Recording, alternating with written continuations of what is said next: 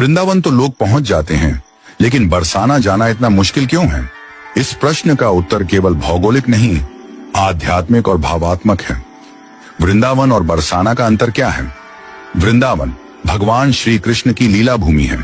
वहां रास हुआ, गोपियों के साथ प्रेम हुआ, माखन चोरी हुई। बरसाना राधा रानी की जन्मभूमि है। यहाँ प्रेम का शिखर है, समर्पण की पराकाष्ठा है और अहंकार का पूर्ण विसर्जन है। वृंदावन जाना सरल क्यों है? क्योंकि वहां हम भगवान से मिलने जाते हैं। वहां भक्त भाव से भरे रहते हैं। कृष्ण रस भाव में हमें अपने पास बुला लेते हैं।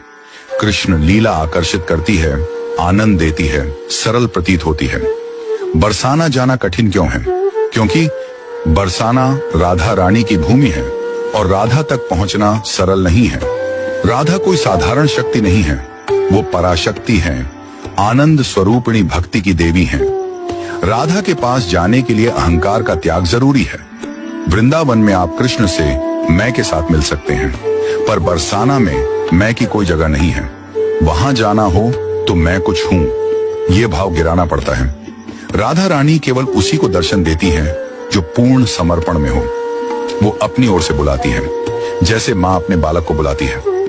वृंदावन में भक्ति है, लेकिन बरसाना में प्रेम का विसर्जन है। वहां न लाज बचती है, न तर्क, न बुद्धि, केवल भाव चलता है। कुछ संतों की वाणी में उत्तर, वृंदावन तो लीला है, लेकिन बरसाना तत्व है। कृष्ण तो प्रेम लेते हैं, लेकिन राधा रानी स्वयं प्रेम बनकर देने आती हैं। राधा रानी के पास केवल वो ही पहुंचता है जो अपना सब कुछ उनके चरणों में अर्पण कर दे। राधा रानी का दरबार आम नहीं है। यहाँ जाना तभी संभव होता है जब स्वयं राधा रानी बुलाएं।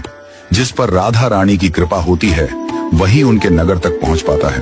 बाकी तो रास्ता देखता रह जाता है।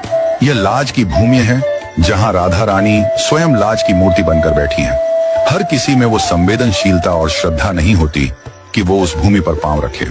जहां श्री कृष्ण भी सिर झुकाकर राधा रानी से मिले, वहां जाऊं, ऐसी पात्रता कहां से लाऊं? बरसाना भाव का धाम है।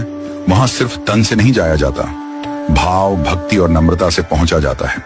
वृंदावन लीला देखने को मिल जाती है, पर बरसाना की महिमा को देखने के लिए हृदय राधामय चाहिए। कहते हैं बरसाना एक परीक्षा है, भक्ति की, प्रेम की, त्याग की।